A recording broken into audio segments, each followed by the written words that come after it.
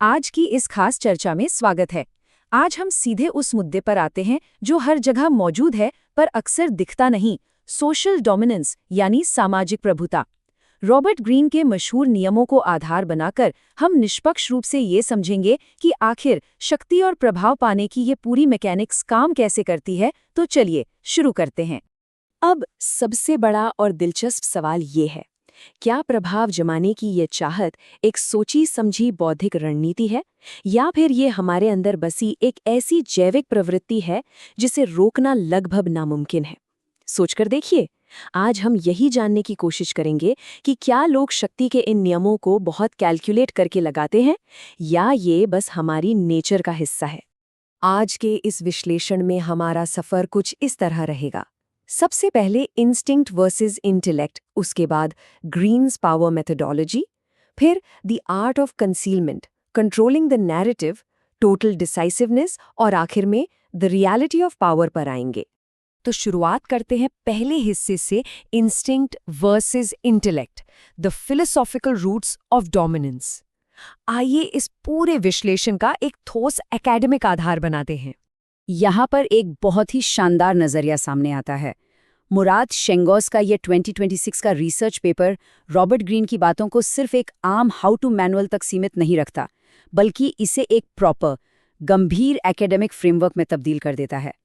दरअसल ये पेपर दर्शाता है कि ग्रीन का काम सिर्फ चालाकियों का संग्रह बिल्कुल नहीं है, बल्कि ये इंसानी व्यवहार, संस्थागत डायनामिक्स और सोशो पॉलिटिकल कंट्रोल की एक बहुत ही गहरी समझ है।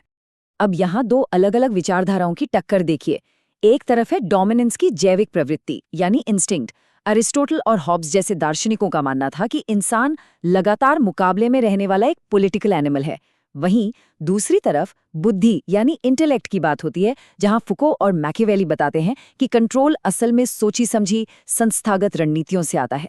सच तो ये है कि इन्हीं दो अलग नजरियों का बेहतरीन मिश्रण ही ग्रीन के काम की असली नींव है। आगे बढ़ते हैं अपने दूसरे हिस्से की तरफ, Greene's power methodology, deconstructing the laws. चलिए देखते हैं कि आखिर इन कानूनों को बनाया और सिखाया कैसे जाता है। अगर हम ग्रीन के लिखने के तरीके को ध्यान से देखें तो उनका एक बहुत ही खास लेयर बेस्ड पैटर्न नजर आता है। वो हर नियम की शुरुआत एक बहुत ही प्रभावशाली कथन या स्टेटमेंट से करते हैं, फिर आती है एक ऐतिहासिक केस स्टडी, उसके बाद ह्यूमन बिहेवियर को समझाने वाली मनोवैज्ञानिक समझ, थोड़ी दार्शनिक विचारधारा और आखिर में एक रिवर्सल यानी एक्सेप्शन। ये तरीका कमाल का है क्योंकि ये एब्स्ट्रैक्ट फिलॉसफी को हमारे दिमाग की सच्ची कॉग्निटिव बायसेस के साथ जोड़ देता है, जिससे ये नियम हमेशा के लिए यादगार बन जाते हैं। जैसे कि ये सदियों पुराना मशहूर नियम, नेवर आउटशाइन द मास्टर। सुनने में बड़ा सीधा लगता है ना, लेकिन दरअसल किसी भी हायरार्की में टिकाए रहने के लिए ये एक बहुत ही असरदार और प्रैक्टिकल असूल है। आसान शब्दों में कहें तो जो लोग सत्ता में हैं, उन्हें हमेशा ये एहसास कराना जरूरी है कि वो बिल्कुल सुरक्षित हैं, क्योंकि एक अथॉरिटी फिगर की असुरक्षा किसी के लिए भी बहुत भारी पड़ सकती है। इसे एक सटीक ऐतिहासिक उदाहरण से समझते हैं। फ्रांस के निकोलस फुकेट ने एक बार एक बहुत ही शानदार और भव्य दावत का आयोजन किया था, लेकिन हुआ क्या? इस दावत ने किंग लुई 14 के अंदर घोर असुरक्षा और जलन की आग भड़का दी और नतीजा, फुकेट को अपनी आगे की पूरी जिंदगी जेल में बितानी पड़ी।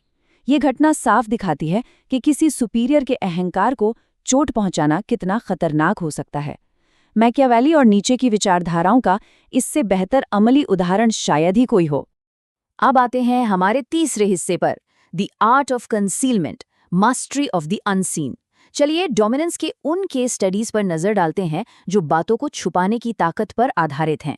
एक बहुत ही कड़वा रणनीतिक सच ये है कि हमेशा सेंटर ऑफ अटेंशन बने रहना यानी पूरी तरह से विजिबल होना असल में एक बड़ी कमजोरी बन सकती है। अपने असली इरादों को दबाकर रखना और जरूरत से कम बोलना परिस्थितियों पर पूरा कंट्रोल देते हैं। सोचकर देखिए, जानकारी को सीमित रखने से न सिर्फ खुद को मनूवर करने की आज़ादी मिलती है, बल्कि एक रहस्यमयी ऑरा भी बन जाता है, जो सामने वाले को हमेशा अंदाजा लगाने पर मजबूर कर देता है। अगर हम इन दो ऐतिहासिक दिग्गजों की रणनीतियों को आमने सामने रखें तो एक बहुत ही रोचक सच उभर कर आता है। एक तरफ ऑटो वॉन बिस्मार्क हैं, जिन्होंने जर्मनी को एकजुट करने के लिए अपने विरोधियों को लगातार धोखे में रखा और भटकाया। वहीं दूसरी तरफ किंग लुई 14 हैं, जिन्होंने अपने दरबारियों को डर और असमंजस में रखने के लिए सिर्फ एक हथियार का इस्तेमाल किया, शांति यानी मौन।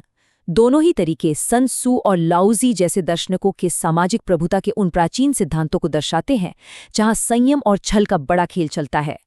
चलिए बढ़ते हैं चौथे हिस्से की ओर, controlling the narrative, actions and dependencies. Dominance सिर्फ छिपने में नहीं है, बल्कि अपने आसपास की नैरेटिव को आक्रामक रूप से कंट्रोल करने में भी है। ग्रीन के नियम 9 का सबसे शानदार उदाहरण थॉमस एडिसन और निकोला टेस्ला का मशहूर टकराव है। यहाँ ध्यान देने वाली बात यह है कि कैसे एडिसन ने आर्ग्यूमेंट्स और लॉजिक को किनारे करके पब्लिक परसेप्शन को अपने पक्ष में करने के लिए जानवरों को सार्वजनिक रूप से इलेक्ट्रोक्यूट करने जैसा भयानक प्रदर्शन किया। उसके मुकाबले टेस्ला पूरी तरह से शब्दों, बहस और थ्योरी पर निर्भर रहे। असल में अपने एक्शंस के जरिए अपनी बात साबित करना शब्दों से कहीं ज्यादा असरदार रहा। ये दिखाता है कि बहस तो सिर्फ विरोध पैदा करती है, लेकिन ठोस एक्शंस निश्चित नतीजे देते हैं। सत्ता को मजबूती से पकड़े रहने का एक और जबरदस्त तरीका है निर्भरता यानी डिपेंडेंसी पैदा करना। इसका सबसे जिंदा उदाहरण रेनेसांस के दौरान इटली की मेडिसी फैमिली थी। उन्होंने फ्लोरेंस पर किसी क्रूरता से नहीं, बल्कि कला और संसाधनों को कंट्रोल करके अपना दबदबा बनाया। उन्होंने आर्टिस्ट और स्कॉलर्स को पूरी तरह से खुद पर निर्भर कर लिया। सीधी सी बात है, किसी भी सिस्टम में खुद को बिल्कुल इंडिस्पेंसिबल बना लेना ताकि उस सिस्टम का आपके बिना गुजारा ही ना हो, पावर को लंबे समय तक मेंटेन करने का सबसे कारगर तरीका है। अब हम आ गए हैं 5वें हिस्से पर, टोटल डिसेसिवनेस, एलिमिनेटिंग द थ्रेट। अपनी आखिरी केस स्टडी में हम आत्मरक्षा के उस कड़े पहलू को देखेंगे जो इतिहास में बार बार दोहराता गया है। ये 4 शब्द सुनने में भले ही कठोर लगें, क्रश योर एनिमी टोटली, लेकिन टकराव और कॉन्फ्लिक्ट के मामले में ये एक बिल्कुल कड़ी सच्चाई है।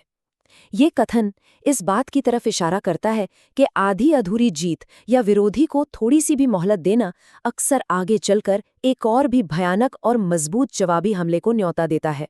अगर हम इतिहास के पन्नों को पलटे तो जूलियस सीजर द्वारा पोम्पेई की सेनाओं का पूर्ण विनाश इसका एक सटीक उदाहरण है।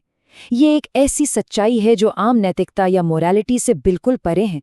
जैसा कि कार्ल वॉन क्लॉज़ेविट्ज़ की मिलिट्री थियोरीज और थॉमस हॉब्स के विचार बताते हैं, कभी-कभी लंबे टकराव को रोकने और स्थिरता बनाए रखने के लिए विरोधियों का पूरी तरह से सफाया करना एक सख्त ज़रूरत बन जाती है। आखिर में हम अपने छठे और सबसे अहम पड़ाव पर पहुंच चुके हैं, the reality of power, a morally agnostic mechanism. इन सारी रणनीतियों और ऐतिहासिक घटनाओं को टटोलने के बाद एक बात तो बिल्कुल साफ हो जाती है, सत्ता यानी पावर इंसानी सामाजिक ढांचे का एक ऐसा हिस्सा है जिसे अलग नहीं किया जा सकता। ये एक अमॉरल फोर्स है, यानी इसका नैतिकता से कोई लेना देना नहीं है।